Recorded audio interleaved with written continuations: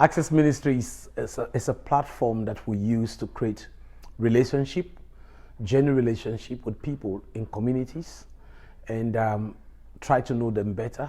And from that process, we find a person of peace, and a DMM process is started. And Access Ministry differ from one community to another, because there are times the Access Ministry is born out of the need, the felt need of the community.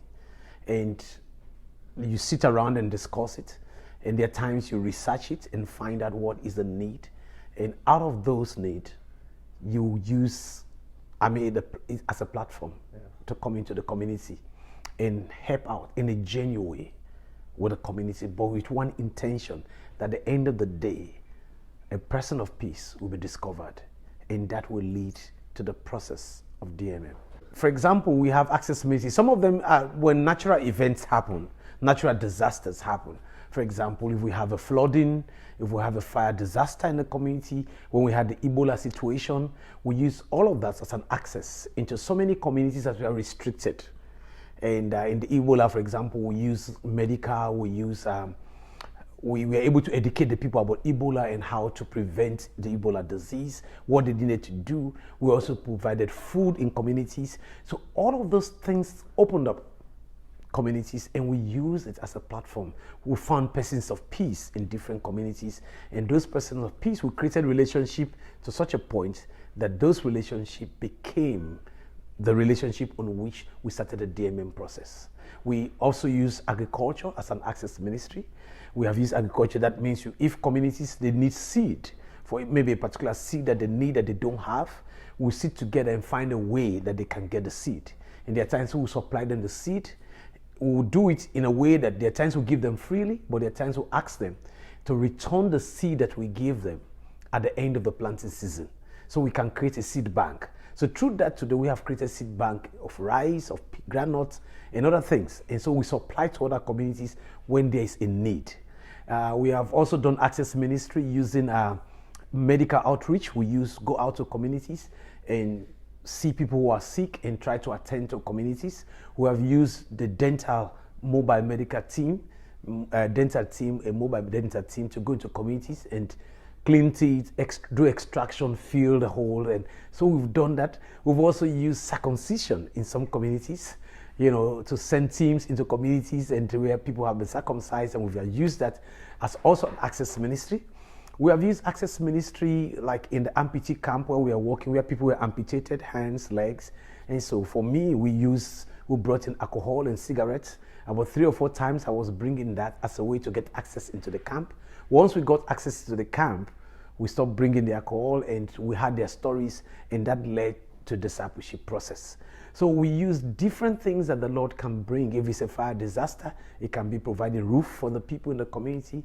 It can be providing wells or toilets, anything that will help the community. So we have done this different access ministry, and the process of doing the access ministry, we're very intentional that we'll find a person of peace. And once we find the person of peace, we normally say, once you find the person of peace, the work is half done. And from that, we now begin to tell the stories in different communities. So we use soccer as an access ministry. When we go out to communities that have a younger population, and we just say, can we have a time to play soccer? We provide a jersey for the community. When we go to play the first game, we always lose the first match. We play well, but we lose the first match, so that will be a platform to begin to create a relationship. If we come for the second match, we'll trash them very seriously. And the margin will be so big that will provoke them into, anger. And then they will say, okay, we're going to we have to play one more match to find the winner. In the process of doing that, there's relationship. And that relationship will lead to finding the persons of peace, and that will start the Discovery Bible studies. So we have used different methods. We also use prayer mobilization as an access ministry in communities that feel that our community is not growing, or we think that it has been held bound by a curse that was pronounced many years ago, or is demonized. So we come in with a prayer team and we'll pray. And once the Lord lift up those burdens, it becomes an access ministry for people. So we have used different ways and different strategies to come into communities using different access ministry as the need will be. We have what we call presently the Church and Community Mobilization Process, CCMP, Church and Community Mobilization Process. Now, if the church is planted in the community, it's already there, and there's still animosity between the church and those who are not saved, maybe our cousins, the Muslims. So what do? The leaders in the church will sit with the leaders in the community and say, let's look at our community. What are the needs in this community? And once they discover the needs on their own, what can we do to solve our needs? What do we have in the community? And what help can we solicit? And when all of that is done, they do all of that.